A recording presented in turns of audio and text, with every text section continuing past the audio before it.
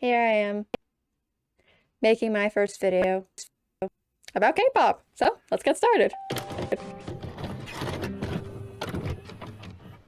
I remember when BTS first started breaking out into the West in America, and people were really excited. They were like, ooh, who is this new group coming out? But I remember my friends and I worry overshadow that more so. And for good reason. The West hasn't been responding to this K-pop invasion. Just calling it a K-pop invasion was enough to elicit some sort of worry. The response to this K-pop invasion, to these Korean artists, hasn't been great. And that's putting it lightly. Okay, so what do I mean by that? I don't mean people just not liking K-pop. You can not like K-pop. It could be a lot. It's a lot. But there's a difference between that and being blatantly disrespectful to the artist, to the culture from which the genre comes from, which has generally been the response from the Western media. It hasn't been great. And I wanted to take this video as a moment to kind of show why it's bad and show what all of it really means. Overall, the West and the Western media has been representing and responding to this K-pop invasion pretty poorly. To make this video more easy to digest, I'm going to break it up into 3 acts.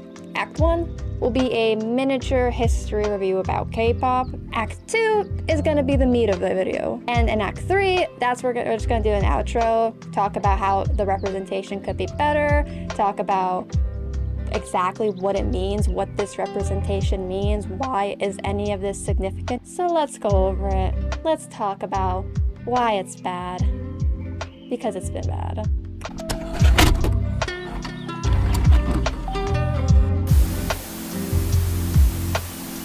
K-pop is a fairly new industry, with the first official K-pop group debuting in 1992, and their names were Sotaji and Boys. We didn't really even get the first official K-pop idol group, and that came 4 years later in 1996 with HOT. Prior to Sotaji and Boys, the K-pop music industry, especially starting in the 1900s, the Korean music industry was primarily influenced by American and Japanese folk music, and to give a brief summary as to what I mean by that, Korea was occupied by the Japanese Imperial Empire from 1910 to 1945, and during that time, Japan enforced strict assimilation rules. It is really, really hard to find a Korean language song produced during this time. Most of the time, it just be translated into Japanese.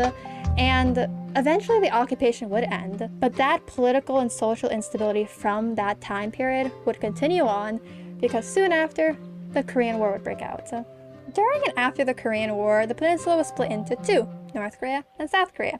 North Korea was controlled by the communist state, and South Korea was mainly controlled, occupied by America and its allies, but mostly America. And during this time, a lot of Western figures would come to South Korea to entertain the soldiers, such as Marilyn Monroe, and this gave way for influence in Korean music. Even after America left, Korea would face another problem itself through several dictatorships. During the dictatorships, Korea was under extremely strict censorship laws. Eventually, after decades of the dictatorship, the current constitution would be finally established. And because South Korea was approaching a more democratic state and more accepting one worldwide, it became exposed to various cultures and styles, especially when it comes to music, which Sotaji and the Boys really took advantage of. So they incorporated Western music elements such as rap, rock, and even incorporated English into their songs, which would be a mainstay in K-pop nowadays. And from that, Sotaji and Boys provided the basic foundations of modern K-pop. Because America was there for a long time, of course it influenced K-pop. So if you think about it, K-pop is just a bunch of people playing with music that they just got their hands onto.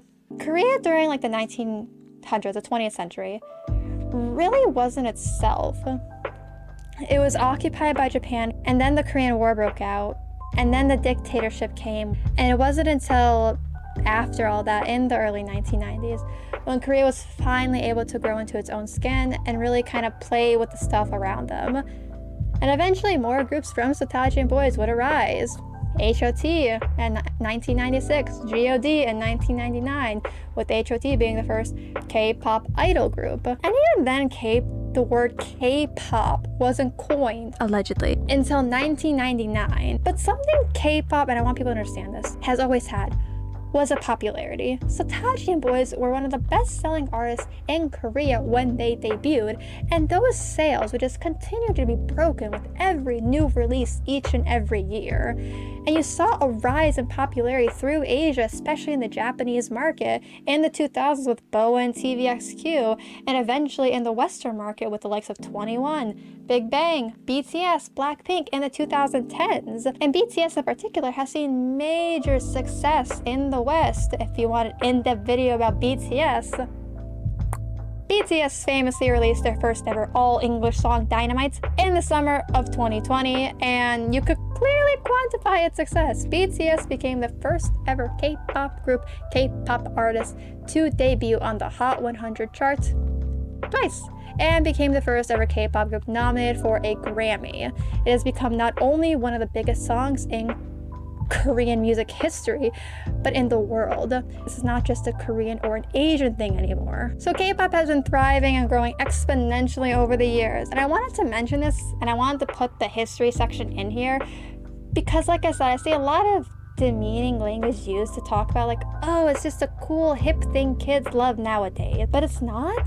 BTS brought in $4.65 billion to Korea in 2019, and that number will just continue to go up whether it remains popular in the West or not. Just because people from the West didn't discover or know about K-pop until BTS started popping up in their feeds doesn't mean this genre, this industry hasn't always been popular, it hasn't always been thriving, it hasn't always worked. And people who do say it is just like a fad commodity, or the lack of understanding about the impact K-pop has had, and not just Asia but the world outside of their Western bubble. And as I mentioned, K-pop is a fairly new industry, so I don't expect people to know how or what to talk about it all the time. It's a lot. It could be a lot to understand, it could be a lot to impact, but I do expect respect for the artist and respect for the music. And we haven't been seeing that, and instead I've been seeing a poor representation of K-pop. So let's finally go over what I mean and talk about the West representation of K-pop and why it's bad, because it's been bad.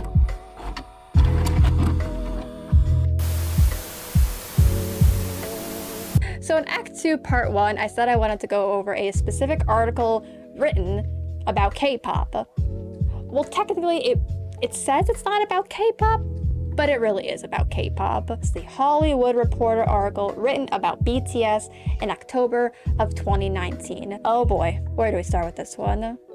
So this article, and I chose this article because this is the most stereotypical, cliche Western representation about K-pop that I have seen in a very long time. From a lack of research, to relying on stereotypes and cliches, to picking apart everything BTS say as a way to fit your narrative about why K-pop is bad. This article has it all, I'm not gonna lie. And let's go over it. So what do I mean by this article is just generally poorly researched? Well, to start off, the author admits that this article is poorly researched. Well, they don't say it directly, but they do say that they're a little bit fuzzy on some of the finer points of BTS's history. But the finer points that the author mentions are they don't know what BTS stands for, they don't know where they came from, and they don't know why they're so appealing to so many people. And immediately in the next sentence, they say over a 13-hour plane ride, the author understood that there are 7 of them, and that they were put together at the Big Hit Entertainment Factory, which is one of the pillars of K-pop. Which is wrong. When BTS first debuted, nobody wanted them on their shows because they were so unknown. Big Hit was near bankruptcy. They were barely able to get a group to debut. The only reason BTS was able to debut in 2013 was because another group dropped out of the music show, and the music show gave them the spot. So to say that it's a pillar of K-pop it's just wrong. And like I said, just contributes to the poor research and preparedness of the author about this article. And the poor researchness of it continues along with the stereotypical and most cliche representations of K-pop, all in one article. All in one paragraph, actually. And it really starts in the first paragraph in the article where the author compares K-pop to Motown, Hunger Games, saying they have to go to mandated plastic surgery, skin whitening, grueling rehearsal schedules, and more, and which all tap into the stereotypical and cliches of K-pop. However, a lot of these practices do exist. The problem with this article is the author puts it all in one little paragraph, 1 to 2 sentences, with no evidence, no research, no interviews from ex-trainees, no nothing. The only thing the author goes off is based off the way BTS respond to certain questions. In one specific part, the author asked BTS about the growing political tensions in America, and the author writes, a switch flips into RM, BTS's leader's head. He suddenly knows what to say and rehearsed his practice to say this. The author even calls BTS like dogs on a longer leash. Okay. I think anybody who's done a little bit research on just Asian culture will know that BTS not wanting to respond to controversial topics, especially not pertaining to their own country, is not a K-pop thing. It is a collectivist culture thing where you do not want to make your culture, yourself, your industry, your company look bad. You want to put a positive face. You do not want to portray a negative face. Korea loves to portray a positive face, make themselves look good, make themselves look happy, and all this stuff. Talking about this stuff is not a K-pop thing. So to suggest that this is born out of K-pop is, again, shows me a lack of preparedness, a lack of research, and a lot of cultural ignorance about how Korean culture just goes about. And like I said, if the author took some time to research, I don't think this would have been hard to figure out. Even just the little things, like J-Hope. He said, oh, I'm just on a diet. And the author says oh, he's on a diet. He's on a diet. Can you believe he's on a diet? People go on diets. It's not surprising that if he wants to go on a diet, he goes on a diet. And like I said, this article just taps into a lot of cliches, a lot of stereotypes about K-pop, and tries to tell their narrative through BTS. In this specific paragraph, the author mentions, like I said, strict diets, strict social rules, and whatnot. Talk about that then. Don't put it in one sentence with no evidence, no interviews from ex-trainees to help prove your point.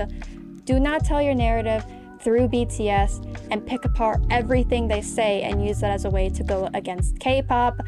Do not rely on stereotypes and cliches who are just feeding and feeding this beast, where people just constantly just keep believing that this is K-pop and this is what it will always be. And it's just it's like a hit piece. It is a hit piece on K-pop. That's the best way to put about it. You can make an article, a video about this stuff, but actually use evidence. Don't just put it in one paragraph and just leave it at that. I read this back in 2019 and I was like, okay, it's bad, but reading it again, it is really bad. Yeah, it's not a great article.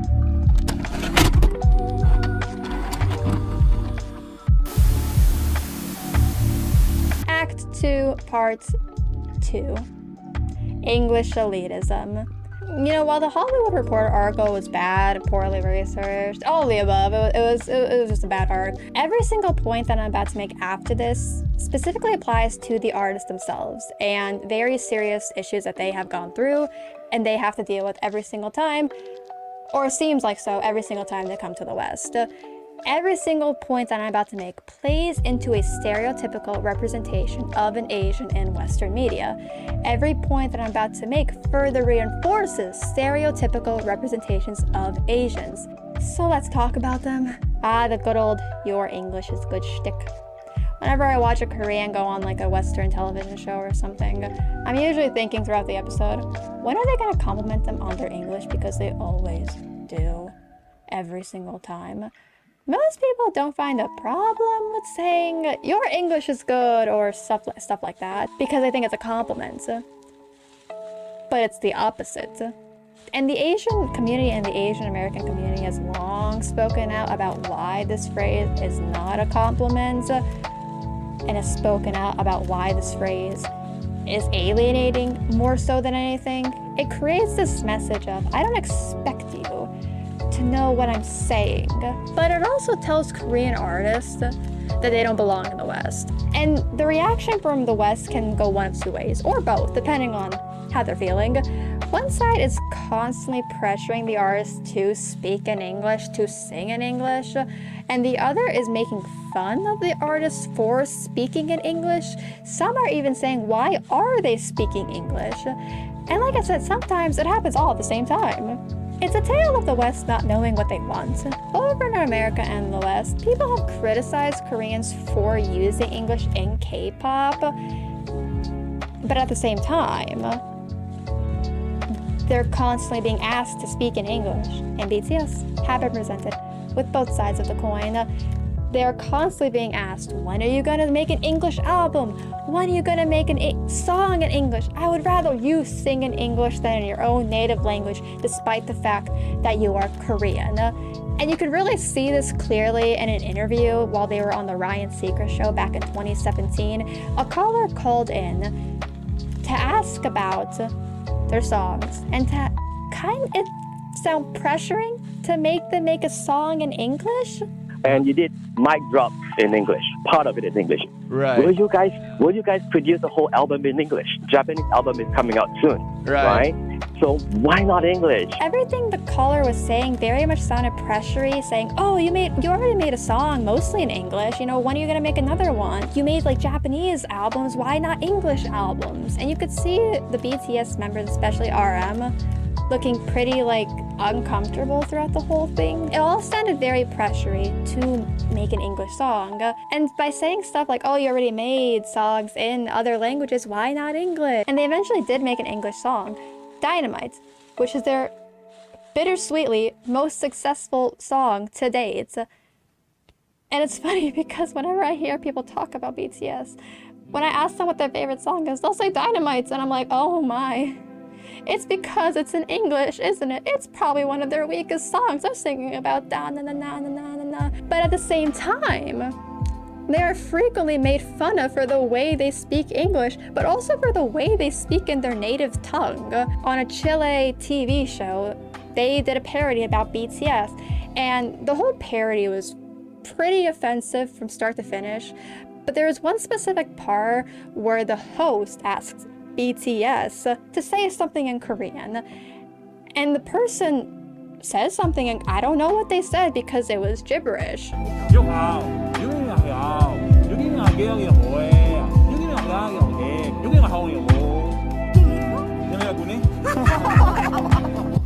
What the Chile show did was tap into a basic stereotype of Asians by making them seem like they all talk really weirdly. So what the Chile show did was nothing new, but it's offensive nonetheless. And like I said, even when they speak English, they still get made fun of for the way they speak. RM in particular, he spoke at the United Nations in 2018. He spoke about self-love, self-empowerment, self-identity to help youth struggling with any of this stuff. And he ended the speech saying, speak yourself. But English elitists took those last two words and they said, oh, it's grammar. It wasn't quite there yet. So you're trying to tell me in that entire 6-minute speech, you are critiquing a person who learned English from Friends reruns when he was in his teens, and you're telling people that his grammar wasn't perfect? I could honestly leave it at that, but I can't, because there's so much more. Similarly, BTS has also spoken out about the fact that they've been asked why Asians spoke English.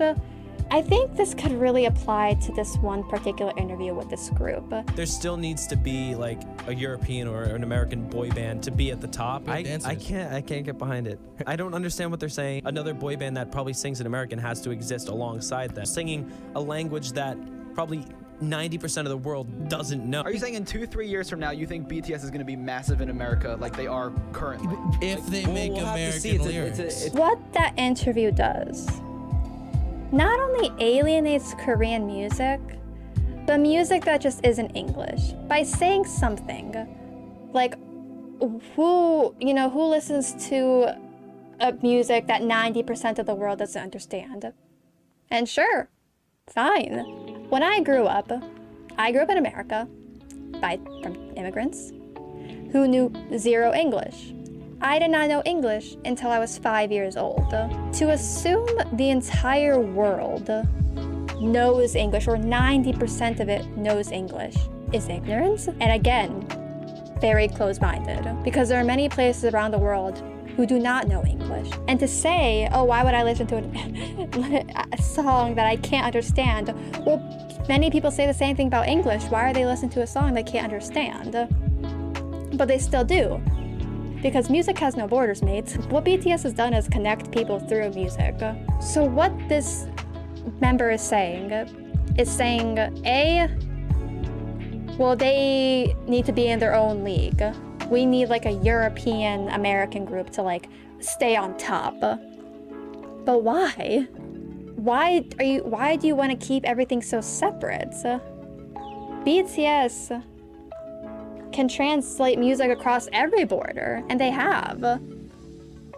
Why are you trying to keep it so separate? And it's like you're alienating too. You're trying to alienate them from the West because they don't speak English, because they're not an English group. You need an European or American group on top. That's alienating them because of their language.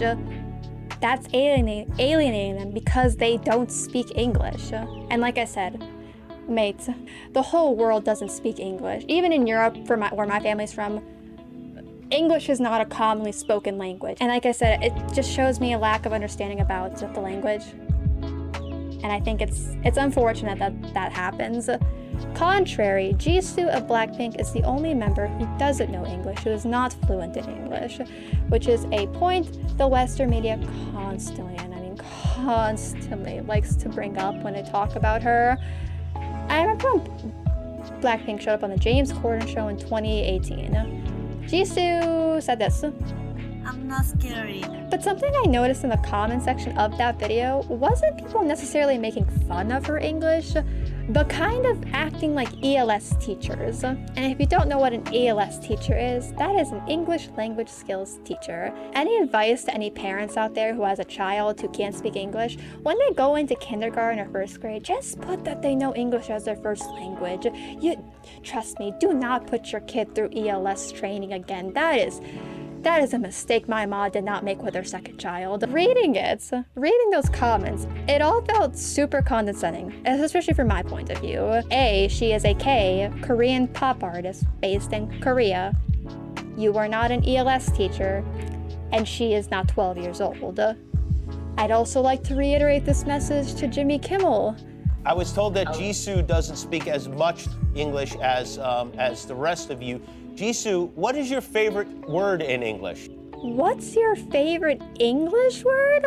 I gotta give points to creativity, though. I have not heard that one. That's like asking a foreigner what the weather is like, but because they can't understand English, you ask them what their favorite English word is like. Yeah, no. And it gets even more awkward when people are so proud of the fact that they call out the fact that the artists don't know English. And if you want proof that this has been happening for a long time, this goes back to 2015. EXID, a popular K-pop group, came to America, and TMZ managed to catch a hold of one of the members. And this whole sequence of events that you're about to see, I think fully encapsulates the way a lot of Westerners think about Asians, about K-pop artists when it comes to English. America. All these fans, how does it feel to see all these fans? I'm so happy. I'm so happy today. No. If it was a British crowd, You knew that was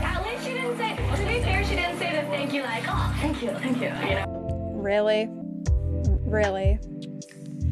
And what I find funny is the woman who said, oh, at least she didn't say, oh, thank you, like she is Asian. To take something D'Angelo Wallace said, if there's something that bigots love more than making fun of minority groups themselves, it's when you make fun of your own self.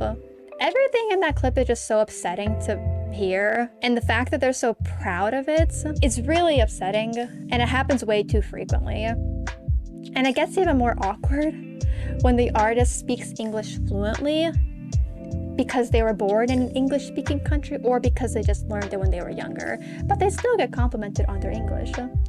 You know, the day somebody like Johnny from NCT 127, the day he gets... he was complimented on his English. By the way, your English is phenomenal. Here we go. New album is dropping. Well, he must have just been the only... He's not the only one that gets complimented on his English, despite the fact that he was born in America.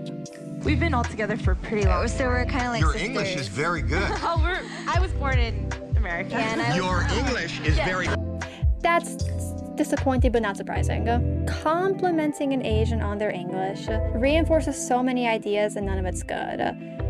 It completely relies on stereotypes of Asians, and it also just assumes that Asians can't be born outside of Asia. So my advice for anybody who does this, who makes fun of Asians who can't speak English fluently, who constantly asks Asians to speak English fluently, who makes fun of the Asians who can speak fluently because they have non-perfect grammar, who doesn't understand that Asians can be born outside of Asia and can therefore be born in America, stop. It was never okay, and it's still not okay.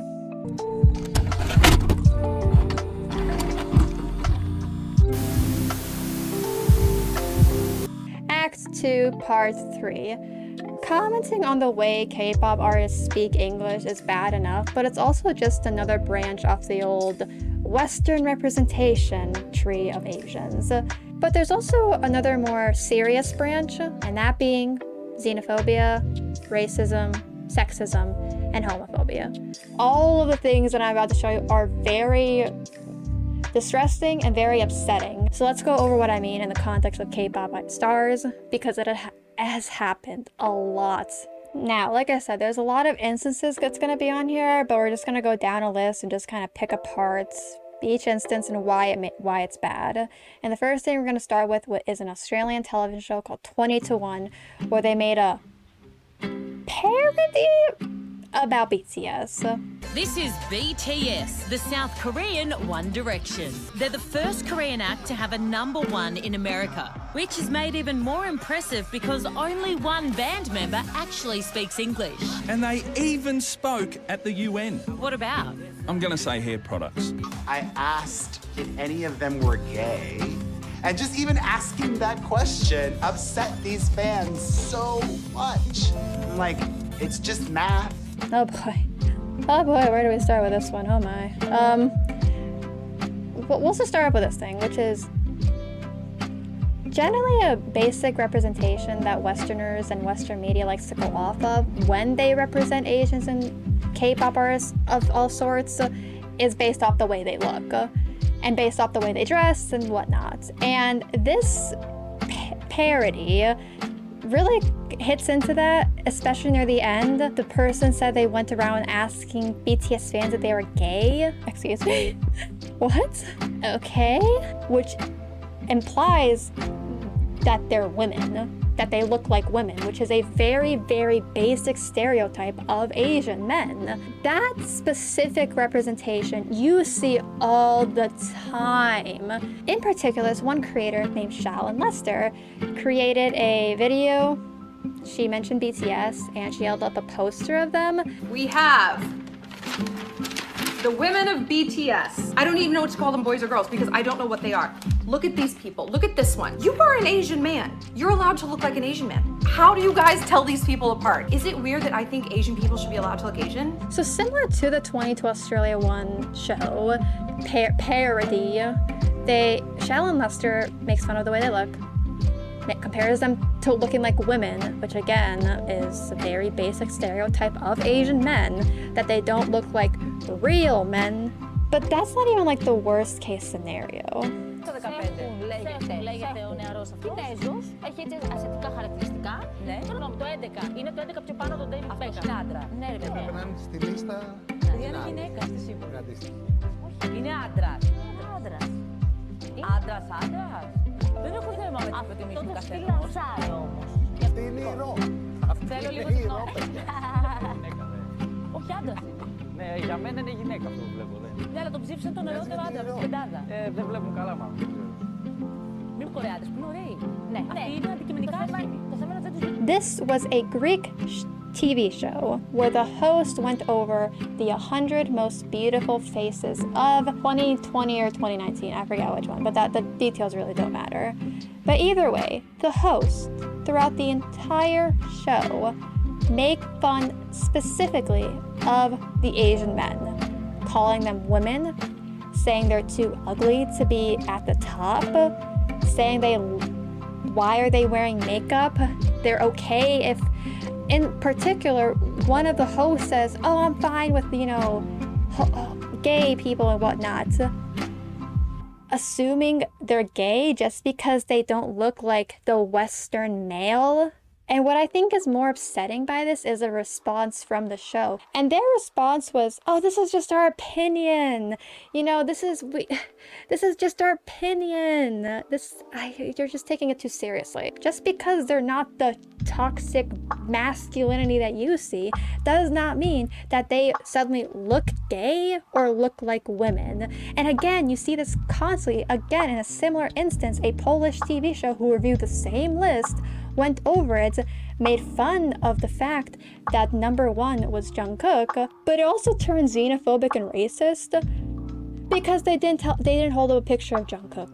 They held up a picture of J-Hope, and they called them the same person, which again is racist because then you're implying that all Asians look the same. If you think that's all, then there's more. Again, on a German show, a bunch of German people were shown BTS, and this is what a lot of them had to say about BTS.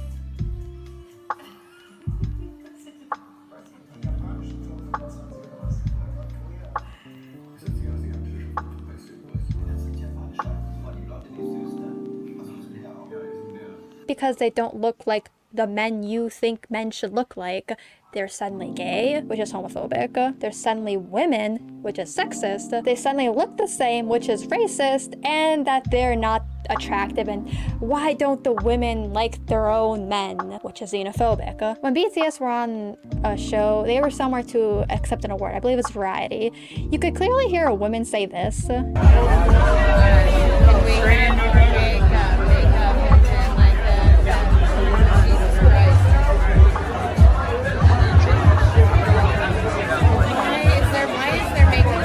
Because men can wear makeup. I don't wear makeup. Does that mean women have to wear makeup? No, men can wear makeup, women don't have to wear makeup. I hope you understand what I mean by this type of stuff. It not only harps on the fact that Westerners generally represent Asians this way, and the fact that it still goes, and their apologies, their responses to this are the fact that, oh, this is just our opinion about how they look, we're not being racist, we're just comedians. No, it's just borderline. It's not borderline. It is toxic masculinity at that point. And the final point I want to make is just generally about two specific instances. Recently, Asians have been facing a wave of hate against them. And in this particular instance, this radio show host in Germany, this was after BTS did a cover of Fix You by Coldplay. This radio show host said this about BTS because he really did not like their cover. Nichts gegen Südkorea. Man kann mir jetzt nicht fremdenfeindliche Auto aus Südkorea. Ich habe die geilste Karre überhaupt. Ich habe Paradox. Ja? Und dann geben diese kleinen. Dafür werdet ihr in Nordkorea Urlaub machen. To say this further tells people and further reinforces into the minds of bigots, of ignorant people, that this is true, that Asians are responsible for causing a global pandemic, and that we need to do something about it. Because this is also not the first time this has happened. BTS spoke out out about the racism they have faced. They spoke out about it last year, and they spoke out again in response to the more waves of racism and hate that they've been receiving just for being Asian. To say this in a time when Asians have been facing a large wave of hate is incredibly tone deaf, incredibly ignorant, lazy reporting, and it's awful jokes, because this was supposed to be a joke. It's not a joke. Similarly, a company who made cards after the Grammys, BTS were nominated for a Grammy. Unfortunately, they lost. And a company made a card about BTS getting beaten up during a time when that's actually happening. Asians are actually getting beaten up.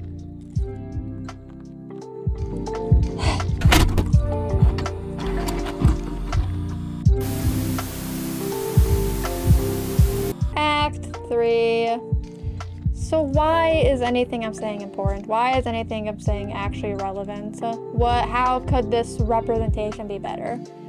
Well, first off, it's important because this has been going on for a long time, and it's still going on, especially during a time when it should not be going on. No matter what time period we're in, it's never okay to be racist, xenophobic, sexist, or homophobic.